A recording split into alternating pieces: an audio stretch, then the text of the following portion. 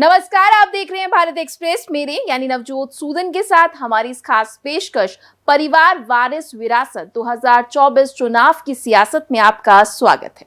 केरल, पंजाब और झारखंड समेत कुछ इलाके ऐसे हैं जहां बीजेपी की लहर अब तक चुनावी माहौल को निर्णायक रुख नहीं दे सकी। इसके पीछे भाषा, धर्म और जातीय समीकरणों का जाल अहम वजह रहा।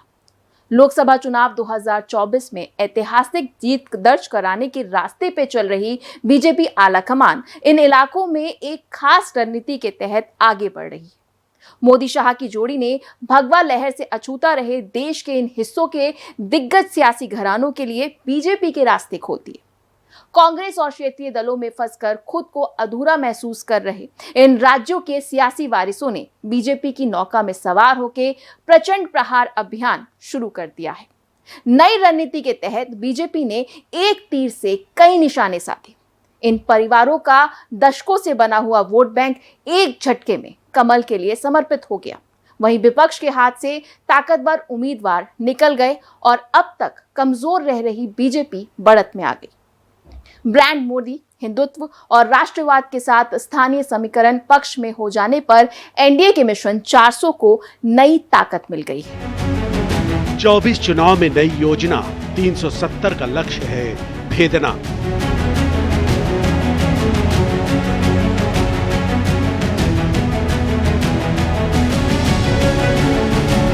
बंजर रही जहां जमीन, कमल खिलाने की खास तरकीब।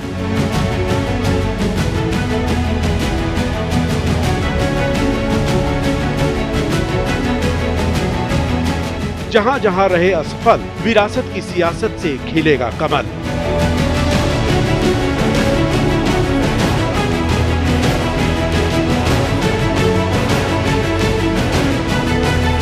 ब्रांड मोदी, हिंदुत्व और राष्ट्रवाद, वारिस साध कर नई शुरुआत।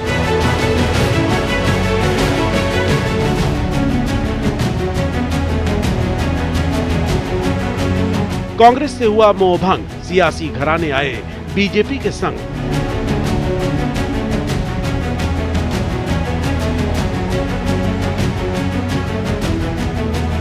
क्षेत्रीय दलों को बैकफुट पर धकेला, 24 में हुआ बड़ा खेला।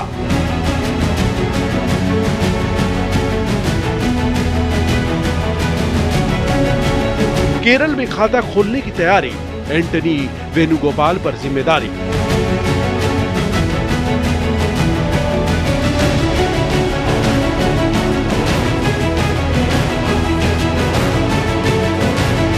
अमरिंदर, जाखड़, बेअंत घराने साथ, 24 में पंजाब से बनेगी बात।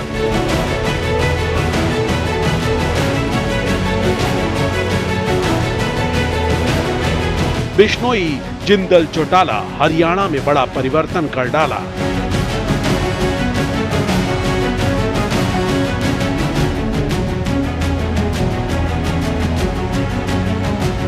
चौहान साथ ठाकरे से आस, महाराष्ट्र में इस बार आर पार।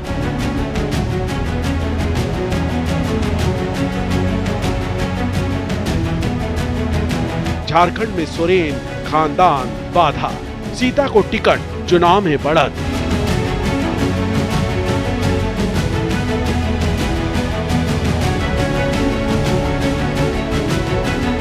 बहुगुणा सोनेवाल का साथ, यूपी से मिलेगा बड़ा अंजाम।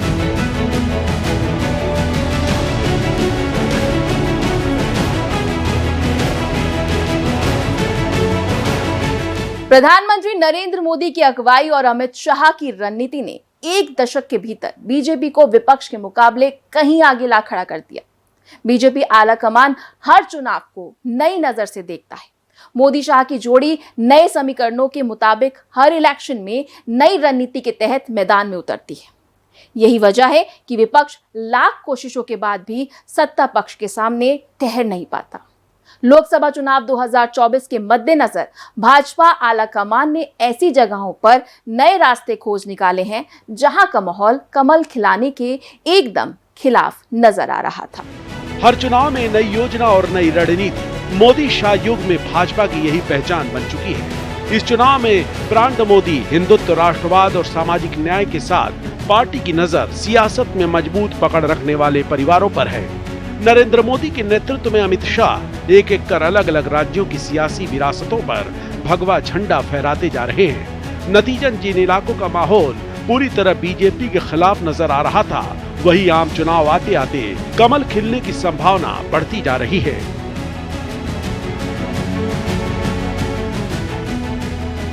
पंजाब कांग्रेस के बड़े नेता रवनीत सिंह बिट्टू भाजपा में शामिल हो गए। सांसद बिट्टू पंजाब के दिवंगत मुख्यमंत्री बेअंत सिंह के प्रपौत्र हैं। ना मैं किसी पार्टी को गलत ठहरा रहा हूँ ना किसी को, मेरा तो सिर्फ ये है पंजाब क्यों पीछे रहे।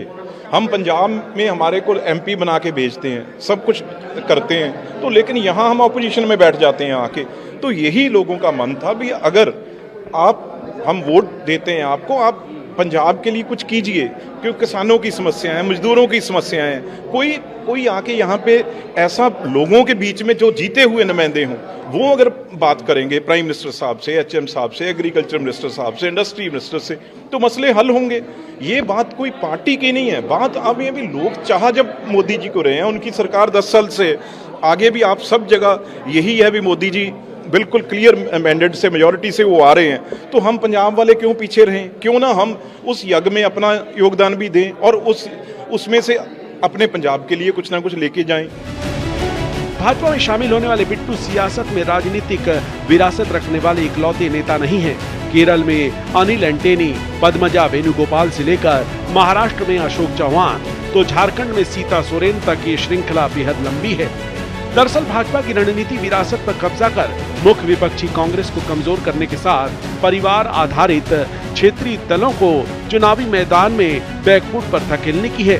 भाजपा ने उन्हीं राज्यों में विरासत पर कब्जे का दांव चला है जहां पार्टी या तो संगठन स्तर पर अपने प्रतिद्वंदी से कमजोर है, या राज्य की प्रभावशाली जातियां अलग अलग वजहों से अब तक केसरिया झंडे को स्वीकार नहीं कर पाई हैं। केरल और पंजाब जैसी इसी तरह की जमीन पर बीजेपी ने सियासी विरासत वाले परिवारों को साधने की रणनीति पर काम किया। मोदी और शाह की जोड़ी ने महाराष्ट्र, झारखंड, पश्चिम बंगाल और हरियाणा में भी विरासत की राजनीति को अपने पाले में करने पर खास जोर दिया। केरल में खाता खोलने की तैयारी, एंटनी वेणुगोपाल पर जिम्मेदारी। 20 लोकसभा सीटों वाले केरल में खाता खोलना भाजपा का सपना रहा है। इसे पूरा करने के लिए पार्टी ने राज्य के 2 ताकतवर सियासी परिवारों में सेंध लगाई।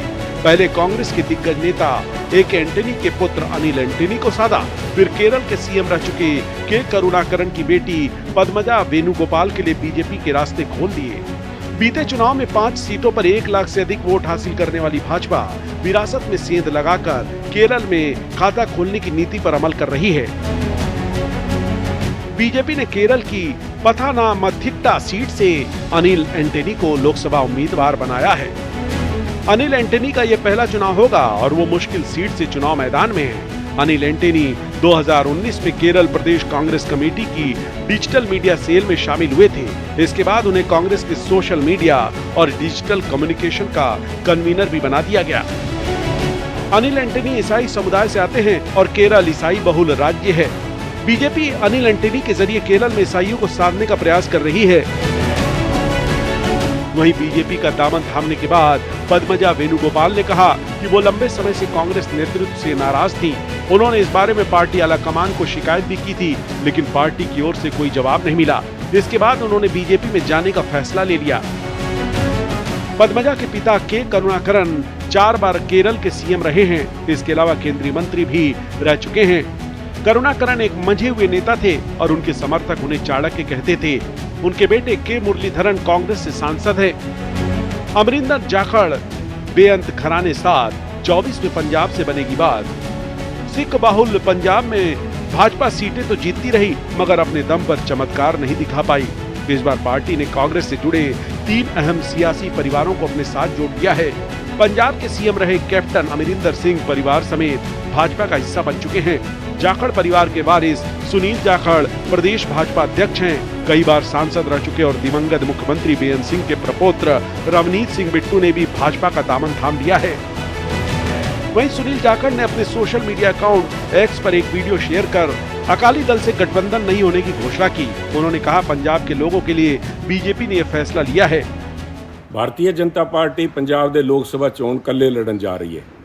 ਆ ਫੈਸਲਾ ਪਾਰਟੀ ਨੇ ਲੋਕਾਂ ਦੀ ਰਾਏ, ਪਾਰਟੀ ਦੇ ਵਰਕਰਸ ਦੀ ਰਾਏ, ਲੀਡਰ ਸਾਹਿਬਾਨ ਦੀ ਵੱਖ-ਵੱਖ ਰਾਏ, ਉਹਨਾਂ ਸਾਰਿਆਂ ਨੂੰ ਲੈ ਕੇ ਉਹਦੇ ਬਾਅਦ ਪੰਜਾਬ ਦੇ ਭਵਿੱਖ, ਪੰਜਾਬ ਦੀ ਜਵਾਨੀ, ਪੰਜਾਬ ਦੀ ਕਿਸਾਨੀ, ਪੰਜਾਬ ਦੇ ਵਪਾਰੀ, ਪੰਜਾਬ ਦੇ ਸਨਅਤਕਾਰ, ਪੰਜਾਬ ਦੇ ਮਜ਼ਦੂਰ, ਸਾਡਾ ਪਿਛੜਿਆ ਵਰਗ, ਸਾਰਿਆਂ ਦੀ ਬਿਹਤਰੀ ਵਾਸਤੇ, ਇੱਕ ਉਜਵਲ ਭਵਿੱਖ ਵਾਸਤੇ ਆ ਫੈਸਲਾ ਲਿਆ।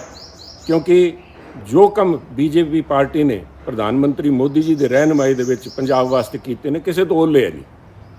ਕਿਸਾਨਾਂ ਦੇ ਫਸਲਾਂ ਦਾ ਇੱਕ ਇੱਕ ਦਾਣਾ ਪਿਛਲੇ 10 ਸਾਲ ਚੱਕਿਆ ਗਿਆ MSP ਤੇ ਜਿਹੜੀ ਉਹਨਾਂ ਨੂੰ ਉਹਦੀ ਭੁਗਤਾਨ ਹੈ ਹਫ਼ਤੇ ਦੇ ਅੰਦਰ ਅੰਦਰ ਉਹਨਾਂ ਦੇ ਖਾਤਿਆਂ ਦੇ ਵਿੱਚ ਪਹੁੰਚੀ ਹੈ। ਕਰਤਾਰਪੁਰ ਸਾਹਿਬ ਦਾ ਲਾਂਘਾ, ਜਿਹਦੇ ਵਾਸਤੇ ਸਦੀਆਂ ਤੋਂ ਇੱਥੇ ਲੋਕ ਖੁੱਲ੍ਹੇ ਦਰਸ਼ਨ ਦੀਦਾਰਾਂ ਦੀ ਮੰਗ ਕਰਦੇ ਸੀ, ਉਹ ਵੀ ਪ੍ਰਧਾਨ ਮੰਤਰੀ ਮੋਦੀ ਜੀ ਦੇ ਰਹਿਨੁਮਾਈ ਦੇ ਵਿੱਚ ਸਾਨੂੰ ਅੱਜ ਆ ਜਿਹੜੀ ਕਿਰਪਾਲਤਾ ਵਾਹਿਗੁਰੂ ਨੇ ਜਿਹੜੀ ਮਿਹਰ ਕੀਤੀ ਹੈ, ਬਖਸ਼ਿਸ਼ ਦਿੱਤੀ ਹੈ, ਆ ਪ੍ਰਧਾਨ ਮੰਤਰੀ ਮੋਦੀ ਜੀ ਦੀ BJP ਸਰਕਾਰ ਨੂੰ ਆ ਬਖਸ਼ਿਸ਼ ਪ੍ਰਾਪਤ ਹੋਈ ਹੈ। ਤੇ ਅੱਗੇ ਵੀ ਪੰਜਾਬ ਦਾ ਸੁਨਹਿਰਾ ਭਵਿੱਖ ਆ ਮੰਨ ਕੇ ਕਿ ਪੰਜਾਬ ਦੀ ਬਿਹਤਰੀ, ਪੰਜਾਬ ਦਾ ਸੁਰੱਖਿਅਤ ਭਵਿੱਖ ਤੇ ਪੰਜਾਬ ਦੀ ਸਰਹੱਦੀ ਮਜ਼ਬੂਤੀ, ਇੱਥੇ ਅਮਨ ਸ਼ਾਂਤੀ ਨੂੰ ਮਜ਼ਬੂਤ ਰੱਖ ਕੇ ਹੀ ਭਾਰਤ ਅੱਗੇ ਤਰੱਕੀ ਕਰ ਸਕਦਾ ਹੈ। ਇਸ ਦੇ ਮੱਦੇਨਜ਼ਰ ਆ ਫੈਸਲਾ ਲਿਆ ਗਿਆ ਹੈ ਤੇ ਮੈਨੂੰ ਪੂਰਾ ਯਕੀਨ ਹੈ ਆਉਣ ਵਾਲੇ 1 ਜੂਨ ਨੂੰ ਪੰਜਾਬ ਦੇ ਲੋਕ BJP ਨੂੰ ਹੋਰ ਮਜ਼ਬੂਤ ਬਣਾ ਕੇ ਦੇਸ਼ ਦੀ ਉન્નਤੀ ਦੇ ਵਿੱਚ ਪੰਜਾਬ ਦਾ ਯੋਗਦਾਨ BJP ਨੂੰ ਵੋਟ ਦੇ ਕੇ ਹੁਮਾ ਕੇ ਪਾएंगे। भारतीय जनता पार्टी पंजाब में लोकसभा चुनाव को लेकर काफी उत्साहित है। बीजेपी की तरफ से चुनाव की तैयारियां तेज होती दिखाई दे रही हैं। पार्टी ने प्रदेश प्रधान सुनील जाखड़ की अगुवाई में पंजाब की चुनाव कमेटी का गठन कर दिया है। इस कमेटी में 19 सदस्य होंगे। वरिष्ठता सूची में पूर्व मुख्यमंत्री कैप्टन अमरिंदर सिंह दूसरे नंबर पर हैं। लोकसभा चुनाव से ठीक पहले पंजाब के पूर्व मुख्यमंत्री कैप्टन अमरिंदर सिंह की पत्नी परनीत कौर ने भी भारतीय जनता पार्टी का दामन थाम लिया है। वो अब तक कांग्रेस की तरफ से पटियाला से सांसद थी। आपको बता दें कि कैप्टन अमरिंदर सिंह पंजाब की सियासत का बड़ा नाम माना जाता रहा है। 2 दशकों तक कांग्रेस का पंजाब से चेहरा रहे हैं। कैप्टन अमरिंदर सिंह के पिता महाराजा यादवेंद्र सिंह पटियाला रियासत के अंतिम राजा थे। राज परिवार से ताल्लुक रखने वाले कैप्टन अमरिंदर सिंह ने भारतीय सेना में भी सेवाएं दी और 1965 में भारत पाकिस्तान युद्ध में लड़े भी। 1980 के दशक में देश के पूर्व प्रधानमंत्री राजीव गांधी के कहने पर अमरिंदर सिंह ने राजनीति में कदम रखा था। पंजाब से ही सटा है हरियाणा। जाट समुदाय के प्रभाव वाले हरियाणा में भी 3 बड़े सियासी परिवारों के वारिस बीजेपी का हिस्सा बन चुके हैं। अतीत में लंबे दौर के किसान आंदोलन की वजह से हरियाणा बीजेपी पर भी इसका पूरा असर पड़ा।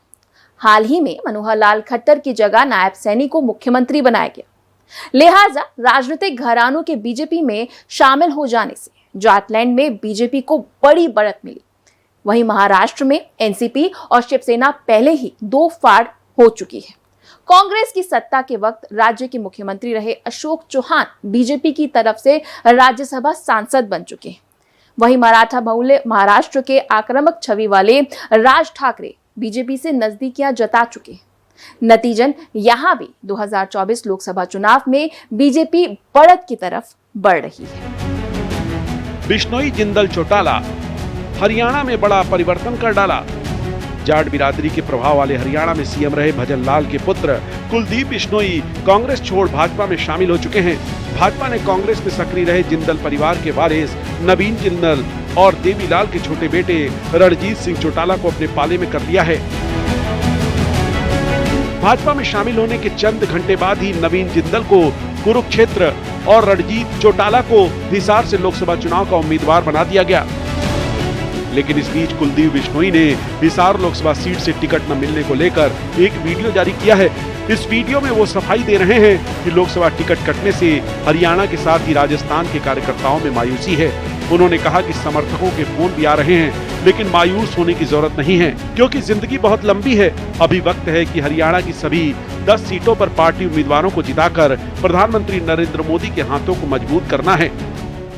साथियों, सबसे पहले तो मैं जो हमारे 10 के 10 लोकसभा के भारतीय जनता पार्टी के प्रत्याशी हैं उनको मेरी ओर से बहुत बहुत शुभकामनाएं देता हूं और मेरे तमाम जो हरियाणा के साथियों से प्रार्थना करता हूं कि बढ़ चढ़कर आप इन सभी साथियों का साथ दें, क्योंकि माननीय नरेंद्र मोदी जी हमारे भारतवर्ष को बुलंदियों पर लेके जा रहे हैं और हमने सबने मिलके हमने क्या हर हिंदुस्तानी का कर्तव्य दायित्व ये बनता है कि हम माननीय नरेंद्र मोदी जी के हाथ मजबूत करें।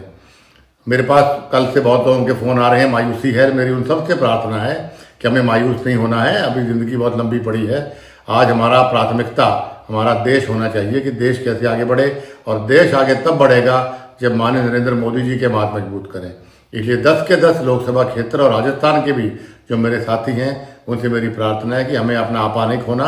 हमने भारतीय जनता पार्टी के साधारण कार्यकर्ता के रूप में हमें पार्टी के लिए काम करना है और मजबूती देनी है, और सभी प्रत्याशियों को, चाहे वो हरियाणा का है चाहे वो राजस्थान का है, उनको विजयी बनाने में अपना योगदान दें। कुलदीप बिश्नोई हरियाणा की हिसार लोकसभा सीट से दावेदारी कर रहे थे, लेकिन पार्टी के केंद्रीय नेतृत्व ने उनके स्थान पर नायब सैनी सरकार में कैबिनेट मंत्री और निर्दलीय विधायक रणजीत सिंह चौटाला को टिकट दिया है। वहीं उद्योगपति और पूर्व सांसद नवीन जिंदल के बाद अब उनकी मां सावित्री जिंदल ने भी कांग्रेस से नाता तोड़ दिया है। इस बात की जानकारी उन्होंने एक्स के माध्यम से दी।